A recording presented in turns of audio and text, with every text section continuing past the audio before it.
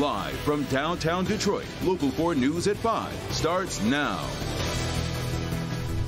Voters approved it all the way back in 2018. After years of back and forth court battles and intense debate, the Detroit City Council finally approves the city's recreational marijuana ordinance. That's right. The ordinance was approved by an 8-1 vote. The application process for people looking to open recreational dispensaries begins soon. So let's look at some of the nuts and bolts here. In all, there will be 100 retail licenses. That'll be issued in phases. In fact, a lottery system is going to be used. But so-called equity applicants will be put on a separate track, giving legacy Detroiters a so-called favored status. Megan Woods live tonight with more. It's taken a long time to get to this point, Megan. Yes, a very long time. They've been waiting, going to city council meetings, and today we spoke to licensed medical dispensaries as well as medical dispensaries outside of this city, or recreational dispensaries outside of the city. All of them say today is monumental. I'm elated. I'm excited. The city of Detroit finally allowing recreational marijuana to be sold under a new ordinance is a long time coming for Jerome Crawford of Pleasant Trees in Hamtramck. I want to see us win in the industry, right? And I want to see actually our real estate in our city, in our neighborhoods, have a chance to really benefit. So that's my first reaction is really, I'm just overjoyed. Kimberly Scott of Chronic City says the medical market is a dying market. And most folks do not want to have medical cards. They don't want to have to go through a whole process of getting a card from a state to purchase cannabis when they could just use their ID and be 21 and up and purchase cannabis. Another medical dispensary in the city, Reef Detroit, says this is a game changer. With us not being recreational with the city of Detroit, with how many tourists come to the city of Detroit, they just think that we're recreational because the whole state is a recreational state. So we have to turn away a lot of people over phone calls, people that walk into the store. And Pleasant Trees in Hamtramck says it's not just a game changer for those in Detroit. And you got others, maybe such as ourselves, they're on the outside looking in and saying, okay, Detroit, does it make sense, right? And I can tell you for us, for anyone else, if it makes sense, if the opportunity, presents, looks lucrative, dollars make sense, we're definitely going to look at that. The ordinance takes effect immediately, but those medical dispensaries in the city of Detroit still have to apply and get approved to sell marijuana, recreational marijuana. Back to you. Megan, also talk about the social equity component here that I mentioned. Yeah, so basically half of the licenses are reserved for those social equity applicants, and for approval, they'll consider multiple factors, including drug convictions and communities impacted heavily by drug policies in the past. Yeah. All right, Megan.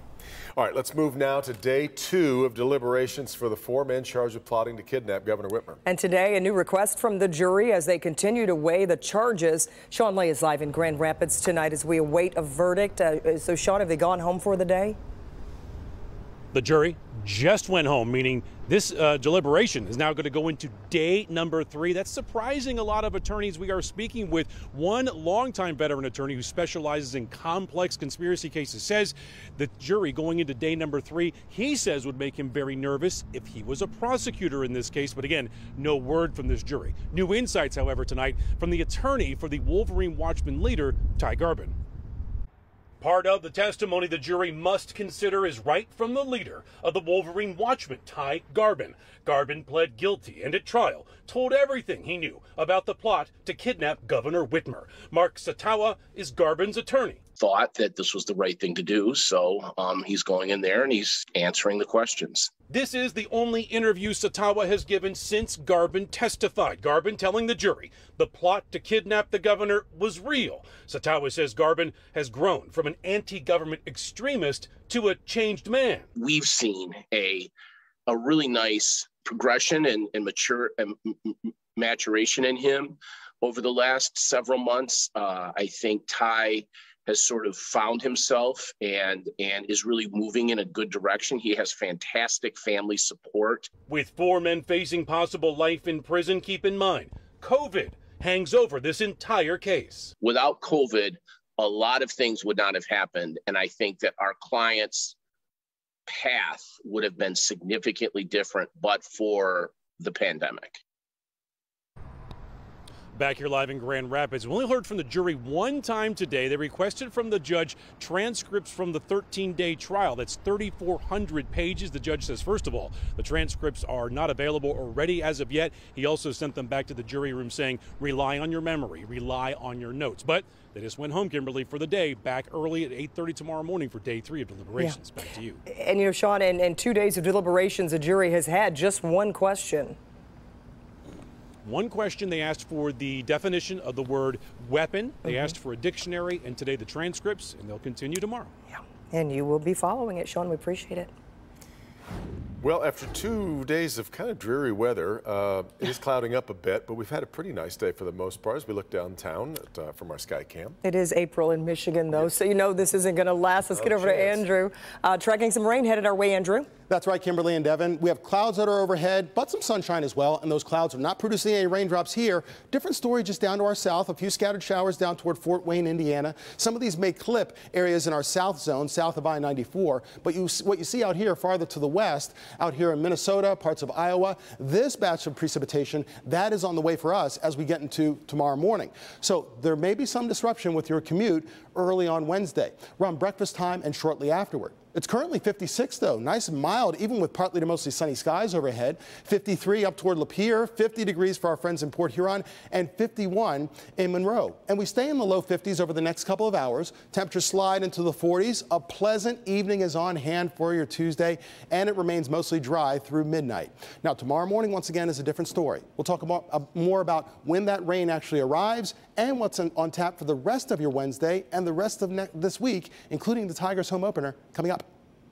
All right, Andrew, if you're driving to or from Detroit this weekend, you may hit some roadblocks because I-94 is closing between I-75 and I-96. Crews will be demolishing the Grand River overpass. Both directions of the freeway are going to shut down Friday night at 9.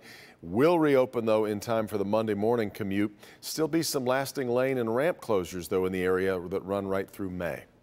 A Detroit lawmaker says she has received another racist death threat. Democratic State Rep Cynthia Johnson says someone left a voicemail using derogatory language. The caller said they would, quote, see her on the battlefield and said, quote, we'll get you. Johnson has received threatening calls before. A man was charged for making a bomb threat in 2020, and an Ohio woman is charged for making a death threat last year. Johnson says she will not let these threats scare or silence her. The most senior member of Michigan's congressional delegation says he is ready to retire after 36 years on Capitol Hill. Republican Fred Upton from West Michigan making the announcement this afternoon on the House floor after months of speculation. Mara McDonald live downtown with two big factors in his decision, Mara. Devin, that's right. One is Trump. The other is redistricting, although I think it's the latter that is the bigger deal here. Thanks again to the people of my district who placed their faith and confidence in me all these great years. The moderate West Michigan Republican's voice broke as he announced he was retiring and would not be seeking re-election. Upton has been a member of Congress since 1986, and while he's chaired his share of powerful committees and was a member of the Problem Solvers Caucus, he became a target of former President Trump when Upton was one of 10 House members to vote to impeach Trump, who wasted no time in sending out a statement. Upton quits in all caps, 4 down and 6 to go. Others losing badly. Who's next? Trump has already endorsed sitting Congressman Bill Huizenga, who was drawn into a new district with Upton. Could Upton have won a head-to-head with Huizenga in that new district? Yes, but it was no sure thing and likely would have been a hideous slugfest. Someone asked my wife, Amy, what would be the next chapter? She said, and they lived happily ever after. Back here live, interesting to note that Congressman Upton did not endorse Representative Huizenga for that seat, either in his farewell speech or in any of the missives from his campaign office today. We're live downtown. I'm Mara McDonald, Local 4. And Mara, those of us who cover him are going to miss him. He's just always been one of the kindest people for anybody really to work with, right? Well, yeah, absolutely, Devin. And, you know, the other thing is with his departure, and if the Republicans were to retake the House, I mean, you lose a serious prestige issue right there. You've got somebody who has seniority, who would probably be assigned to chair a powerful committee. That goes away. Back to you. Sure does, and we've lost already. Names like Dingell, Conyers, Levin. You're exactly right. All right, Mara. See him so emotional, I know, too. yeah, breaking up that way. Well, he says he wouldn't play if he didn't think he could win or couldn't win. A five-time Masters champion, Tiger Woods, says right now, as of now, he's going to tee it up this week. This is just so exciting. Woods has been at Augusta National for several days to practice and test out his surgically repaired right leg. You probably remember he suffered a terrible injury to that leg in a violent car crash back in February of 2021. But now he's ready to tee it up and go for his 6th green jacket. You'll hear from Tiger Woods a little bit later on in sports. Imagine if he's actually in the mix. Incredible. It's just stunning. Yeah, it really would be. Exciting. Something to watch this weekend. All right, much more to come, though, on this Tuesday. Here's Dr. Frank McGeorge. COVID cases are down in Michigan, but can we really let down our guard? I'm Dr. Frank McGeorge. Ahead, I'm talking to Michigan's chief medical executive about masks, boosters, and where we go from here. All right, Frank, also General Motors has a new ally when it comes to electric cars. Why the company thinks it's best to team up with a fierce competitor to move forward. Jason?